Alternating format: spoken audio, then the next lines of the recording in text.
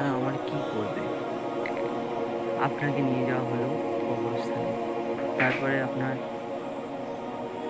কবরটিতে আপনাকে শুইয়ে দেওয়া হলো। তার উপরে বাঁশ দিয়ে পুরোপুরি ঢেকে দেওয়া হলো। আপনি কিছু বুঝতেই পারছেন না, এরা আমার সাথে কি করছে। আপনাকে কবর দেওয়ার পরে সবাই যখন মুঠো, মুঠো মাটি দিয়ে আপনার কবরের উপরে দিল, দেওয়া হয়ে গেল। তারপরে যখন আপনিকে রেখে সবাই চলে গেল, আপনি বড্ড একা হয়ে যাবেন।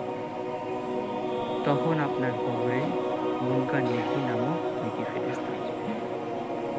তারা আপনাকে প্রশ্ন করবে, মান রব্বুকা, মান দীনুকা, মান নাবিয়ুকা। এই ৩টি প্রশ্নের উত্তর আপনাকে দিতে হবে। আপনি যদি ঈমানদার হন, এই প্রশ্নের উত্তর